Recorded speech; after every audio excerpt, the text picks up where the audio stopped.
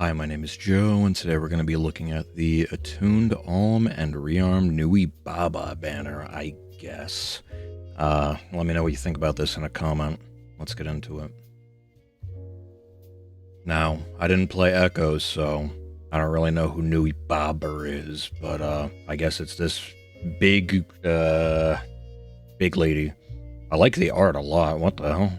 No Coomer? I like the art. I said this in a comment before, that Echoes in general has like some of the best art in the game in my opinion. I don't know what it is. Alright, but this is a blue tome infantry. So we have a new arcane blue tome, arcane Medusa. Slaying. Oh my. Okay, so they're already giving out Anathema on a unit that isn't Tharja. Interesting. I pretty much at this point scrapped my Anathema video. I might still make it, especially since this unit is coming out, and a lot of people are going to pull for this unit. But TLDR, Anathema basically is a status that gives all the units a 3-space Rain or Rhine, however you say it. You basically stack it on your whole team, and then you want to warp in and stack it as much as possible for like upwards of 20-something, depending on how many units have it, right? It's a decent status, but it's not really worth building an entire team around. Like, it's hard to find situations where like that amount of stats is gonna secure you a victory you otherwise wouldn't win. But yeah, we'll see. Getting another source of it is cool, especially on an inheritable. At start of combat, grants 25% of foes attack, -4, max 14, blah, blah, blah. It's 14 every time. Omni, and 15% units attack true damage, excluding AoEs. Oh, never mind, I'm trolling. Including AoEs. Very nice to see on an inheritable. 7 flat DR on the first attack, including Brave, of course, and then 1 special jump. Very standard arcane weapon for the modern age, and then it just has Anathema on top of it, which is like very odd. And it only gives it to her. Or, well, the user, because it's an inheritable. That's very strange. If this gave it to everybody else, just like Tharja, we would be talking, I guess, but whatever. I mean, this is interesting. Okay, so she has Iceberg, Slime Mirror, which is really good. More true damage, more better. And then we have another new Times Pulse. What are we doing here? We just got Times Pulse Edge. Everybody's edging recently. Huh? Times Pulse Edge, edging scales. Huh? What's next? Apparently Time Pulse Helm, which is green. And at start of turn, Times Pulse, and grants bonus to units attack and res equal to units maximum cooldown. Okay. +2. And also if units... okay. So this is kind of a Times Pulse Edge for the big attack, big res mages of the world, I suppose. So, I don't think this is anything crazy because you don't get like special jump, you don't get that many stats, but I mean it's something. It's Times Pulse 4 but better, so that's whatever. Kind of underwhelming, but okay. This is good. This is going to be really good on a unit like Athos actually, because he typically runs either Frost Moon or Glacies if you have Laguz run 4. So he gets like a decent chunk of stats from this, so that's something. And then he also really appreciates Times Pulse, so there's that. And then we have Mounting Fear. At start of turn, inflicts panic, exposure, deep wounds, that's a big one, on foes with res less than units res, and then within 2 of that, and within, yeah, okay. So, big seeking debuffs here. And assuming she's going to have a shitload of res, this is going to be pretty easy to do. Panic, pretty solid, nothing crazy, but exposure, more true damage, more better, especially in today's metagame. Same thing with deep wounds, even though Breath of Life is everywhere, like, it's still really nice to spread around. Inflicts attack res -5 and 20% of units res true damage, and this is on top of her weapon and on top of Slime Mirror, so that's cool. And then we have 50% DR Shred, nice. And also for units first attack during combat, if damage dealt prior to damage reduction is less than foe's HP -1, sets damage before damage reduction as foe's HP -1. I'm going to have to glance over this again, hold on. So I'm going to have to see how this works in-game, or maybe they'll show it here, I don't know. They usually don't fight anything worth a damn in these scam showcases, but it's kind of like they're trying to do a Bane type of thing again. I could be wrong. People that are better at deciphering the text, please correct me, but this seems kind of weird, and I don't know if it's actually, like, crazy or not. I would have to see it in game, but I don't know if I'm going to summon on this. Poisonally. But we'll see what's on the banner. I still haven't even pulled on AHR. I don't know if I'm going to do that, but yeah, I'm kind of sick of spending orbs every 2 weeks or, you know, sooner. But I will say, this art goes hard. Attuned Alm. Oh, wait, who's this? That's not Alm, as far as I'm aware. Noma. I mean, this guy screams demo, right? This is some lore-related setup right here, obviously. Oh, never mind, he's got shit. They gave an old guy shit. So we have Prior's Tome. We got Slaying. If unit is within 2 spaces of a trap in Ether raids, allies on the map can move to a space within 2 spaces of unit. Okay. So I guess they're, like, dipping their toes in spreading around that Yunaka-esque warping.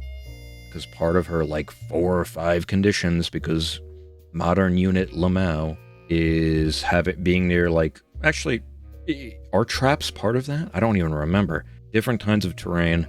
This one is traps, and then people can warp within 2 of him. That's cool, I guess. Decent support for defense. Hopefully he has something else supportive. Allies within 2 spaces of unit can move to any space within 2 spaces of unit. Okay. For allies within 2 spaces of unit, grants attack res +5, neutralize penalties to attack res, and 7 HP after. Okay, that's like whatever, but not bad. And then if unit is within 3 of an ally, really good. Grants bonus to units attack res, 20% of units res, +6, neutralize units penalties, and 20% res-based true damage, but no flat DR. And then there's a guaranteed follow-up and healing. I mean, this kind of teeters on the gimmicky side, but I'll allow it. And then we have Glacies, Seal Attack Res, which I guess we never had, and Pulse Up Ploy, which, you know, times Pulse with Ploy stuff built in. Good skill. Nothing crazy. Kind of a gimmicky. No idea who this guy is, but I like the art, I think. I'm serious as a stab wound. He's serious as a stab wound, I've heard. Ooh. Hexblade Sword. And if unit is within 2, grants unit cannot be slowed by terrain and Hexblade. And some stats, and 10% attack-based true damage. On an inheritable, this is going in the 4-star pool, right? And then we also get Moonbow Solid. Speed Defense Ideal, okay. And Repel 3 in the normal pool, kind of sick.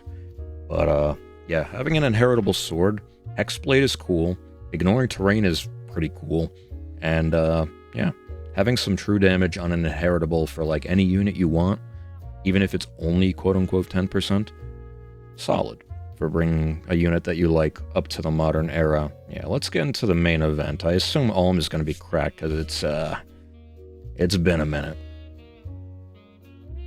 I like the art. Oh my god, and they can't afford the voice actors again. Sheesh. I know that has to do with like a strike or something, right? Maybe. Anyway, True Bond Bow. We got Slaying. Unit can move to a space within 2 spaces of any ally within 2. Solid. Oh my, I already see great talent. Okay. And he has Speed Taker, I saw as well. So 2 sources of great talent on this unit, but let's... one thing at a time.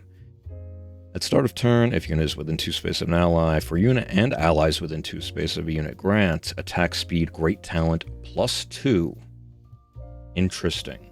Because with Alphonse's great talent, which is built into his special, I believe, it gives him +2, but it only gives the allies +1. Or that might only be after the special. I could be wrong. Anyway, that's good, especially since it's targeting 2 stats and attack and speed, and if special cooldown count is at its maximum value, grants special cooldown count -2? What? And then if it's not, you get -1 instead. Damn. So you get +2 great talent attack speed at the start of the turn for all your boys, basically, and 2 times pulse at the start of the match at the very least. That's kind of cracked support. If unit initiates combat or is within 2 spaces of an ally, grants Omni, blah, blah, blah. I'm not even going to read it. It's 14.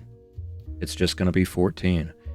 And then unit deals plus X damage, excluding AoEs, but you're going to be running this new Lunar Flash anyway, and reduces damage from foes' first attack by X. So the same thing, and X equals total value of attack and speed, great talent, times 2, max 30.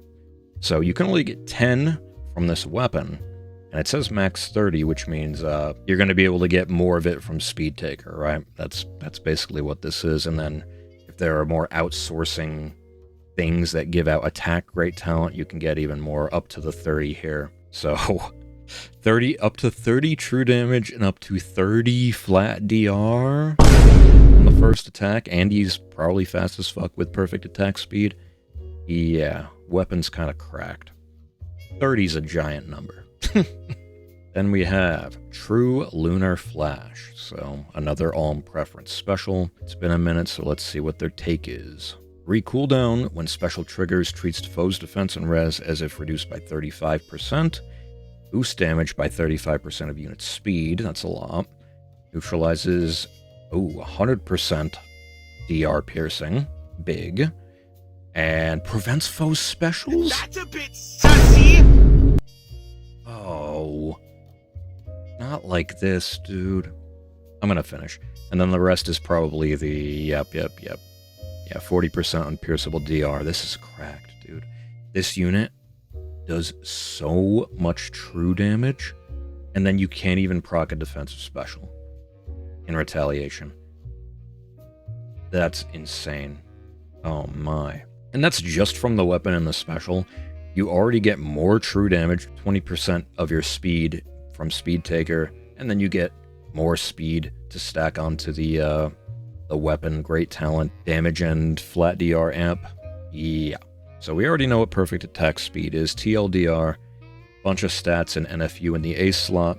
Speed Taker's like arguably the best speedy B slot in the game. And then we have another times pulse skill, Pulse On Blades. So this is different from Pulse Up Blades. And let's see. Grants bonus to units attack speed equal to units max special cooldown count plus 2. And if units attack and trigger unit special, grants special cooldown count minus 2 before unit's first follow-up attack. Okay. So he doesn't have special jump on the first attack, but he does have minus 2 on the follow-up attack. Pretty interesting, and then you get some stats as well. Interesting. Gonna have to see how that plays out. And then he has Lull Echo, and the icon for this goes hard. It's literally Lull All.